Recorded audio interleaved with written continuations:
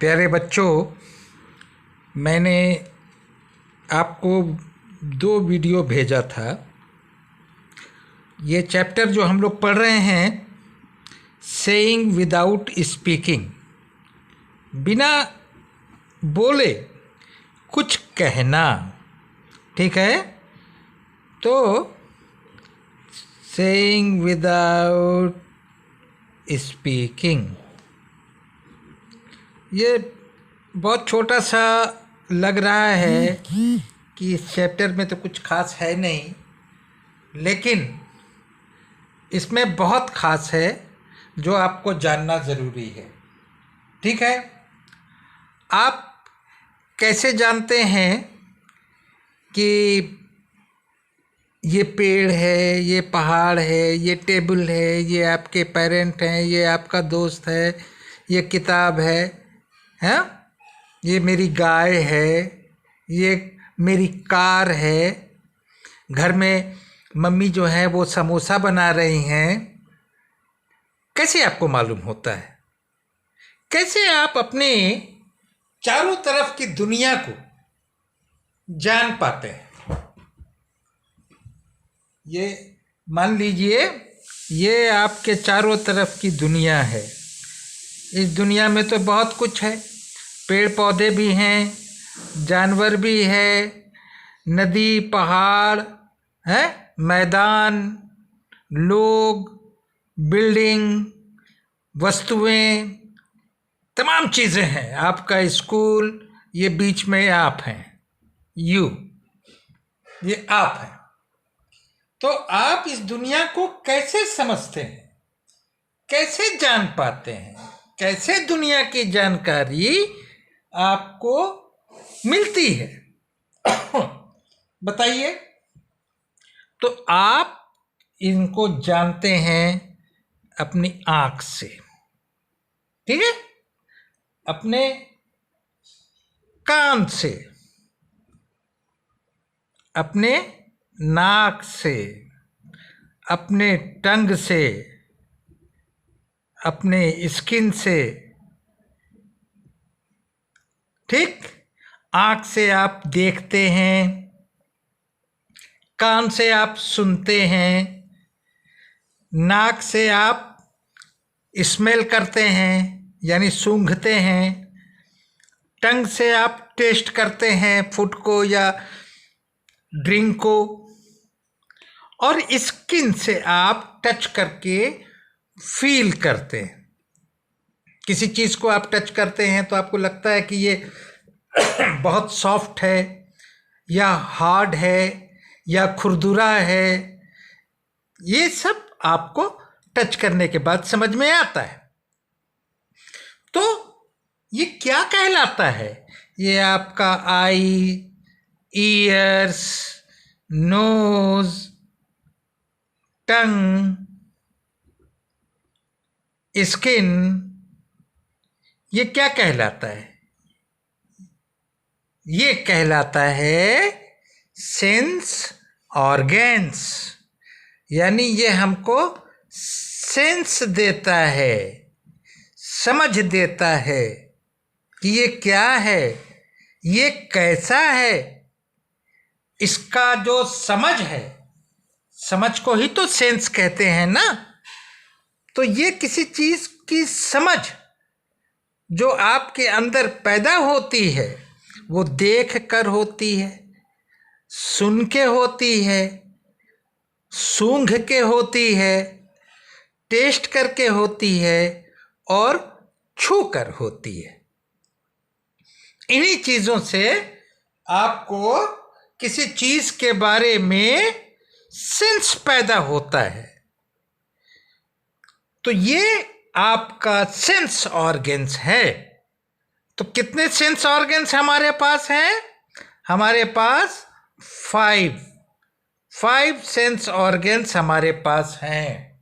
कौन कौन से हैं? Eyes, ears, nose, tongue and skin. तो इन सेंस ऑर्गन्स का काम आपको समझ में आ गया।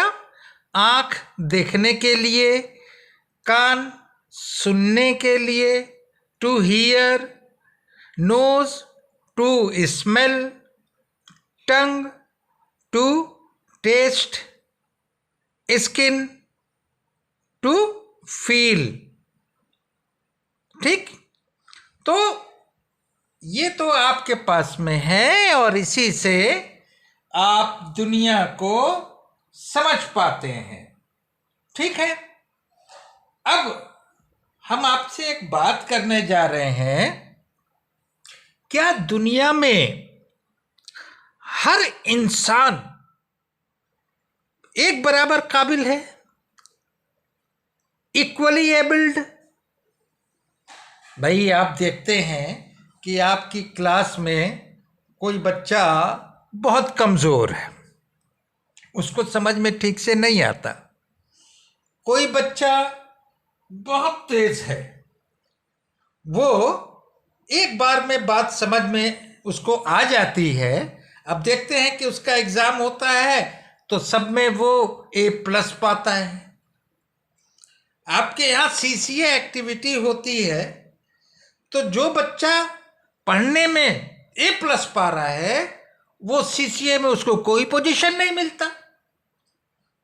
CCA में कोई दूसरा बच्चा, अगर गाने का कंपटीशन है, कोई दूसरा बच्चा फर्स्ट आ जा रहा है, दौड़ में कोई तीसरा बच्चा फर्स्ट आ जा रहा है।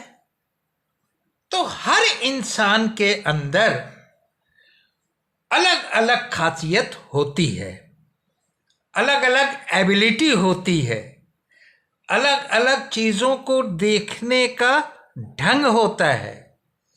कोई बहुत फिजिकली बहुत स्ट्रांग है तो कोई फिजिकली कमज़ोर है।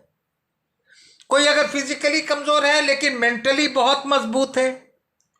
कोई बहुत अच्छा गाना गा सकता है, कोई बहुत अच्छा बोल सकता है, भाषण बहुत अच्छा दे सकता है, कोई बहुत अच्छा लिख सकता है, कोई बहुत अच्छा ड्राइंग बना सकता है। तो इस तरीके से हम देखते हैं कि हम लोग एक दूसरे से अलग अलग एबिलिटी रखते हैं। We are differently abled. अब एग्जाम्पल मैं देता हूं। मान लीजिए कि कोई एक बंदर है, ठीक है। अब बंदर तो एक्सपर्ट होता है ना, वो लीपिंग एंड जंपिंग में। वो तो फट से इस डाल से कूद के उस डाल पे चला गया, पतली पतली डाल पे भी वो झूल जाता है, फटाफट फटाफट इतना तेज वो जंप करता है। इंसान तो जंप नहीं कर सकता उतना। तो बंदर इंसान के बारे में क्या सोचेगा कि अरे ये तो डिफरेंटली एबल्ड है, हम उस तरीके से वो काम नहीं कर पा रहे हैं जिस तरह से वो बंदर कर लेता है। सबकी अपनी अपनी क्वालिटी है, अपनी अपनी एबिलिटी है। अब चिड़िया उड़ सकती है, छोटी सी चिड़िया फुर फुर करके उड़ती रहती है, हम आप तो नहीं उड़ सकते, ठीक है ना। तो इसी तरीके से इंसानों के अंदर भी डिफरेंट एबिलिटीज होती हैं, अलग अलग होती है। कोई किसी चीज में बहुत तेज है तो कोई किसी और चीज में बहुत तेज। कोई पढ़ने में अगर कमजोर है तो खेलने में बहुत तेज है। कोई खेलने में अगर कमजोर है तो गाना है या ड्राइंग है इसमें बहुत आगे है। किसी न किसी चीज में हर इंसान के पास अपनी एबिलिटी होती है। तो हम कह सकते हैं कि we are differently to each other, ठीक है। अब हम आप तो बहुत लकी हैं। लकी क्यों हैं? क्योंकि भैया हम तो चीज़ों को पकड़ भी लेते हैं, दौड़ते भी हैं और देखते भी हैं और आराम से बात भी करते हैं। दूसरे की बात सुन भी लेते हैं, तो हम लोग तो बहुत लक्की हैं भाई। क्यों लक्की हैं? क्योंकि हमारे पास हमारे बॉडी पार्ट्स सही सलामत हैं।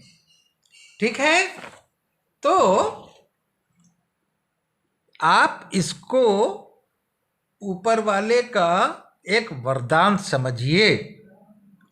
मैं आपको एक बात सुनाता हूँ, एक घटना। मैं उस वक्त बीए में पढ़ा करता था, इलाहाबाद में पढ़ता था यूनिवर्सिटी में। तो एक कोई बुजुर्ग थे, वो एक कहानी सुनाए छोटी सी हमको, कि एक बहुत सज्जन व्यक्ति थे और बहुत साधु किस्म के इंसान थे, लेकिन बहुत गरीब थे, बहुत गरीब थे। इतना गरीब थे कि उनके पैर में चप्पल भी नहीं था। तो एक दिन वो कहीं से जा रहे थे और उनके पैर में कांटा चुभ गया। तो उनके मन में एक विचार आया, चप्पल भी नहीं है, कांटा चुभ गया, तकलीफ हुई थी। उसके बाद वो आगे बढ़े तो देखे कि सड़क के किनारे एक पेड़ के सहारे एक आदमी बैठा है और बैसाखी रखी हुई है। वो आदमी भीख मांग रहा है और उसके दोनों पैर नहीं हैं। अब ये अंदाज़ा कीजिए कि कितना भी पैसा हो, अगर किसी इंसान के पास पैर ही नहीं है तो क्या लाखों रुपया उसको पैर दे सकता है? तो उस बुजुर्ग व्यक्ति ने फौरन ऊपर वाले से माफ़ी मांगी कि तूने तो मुझे बहुत बड़ा गिफ्ट दिया है, बहुत बड़ा गिफ्ट दिया है। मेरे पास तो पैर है जो अनमोल है, इसकी कीमत तो कोई अंदाज कर ही नहीं सकता। मैं तो चल पा रहा हूं, पैसे की कमी कोई कमी नहीं है, लेकिन हमारे बॉडी पार्ट्स वो हमारे लिए बेशकीमती हैं। हमारे पास हाथ है, हम कोई भी काम कर सकते हैं, कोई भी चीज़ पकड़ सकते हैं। पैर है, कहीं भी चल सकते हैं। सोचिए उन लोगों के बारे में जो जिनके पास ये चीज़ नहीं है। इसलिए कभी ऊपर वाले से शिकायत नहीं करना है। जैसे उस बुजुर्ग ने ऊपर वाले से माफ़ी मांगी कि तूने तो मुझे बहुत बड़ा गिफ्ट दिया है। तो बच्चों, आज के लिए बस इतना ही। अगला वीडियो हम फिर आपके लिए जल्दी भेजेंगे। Thank you.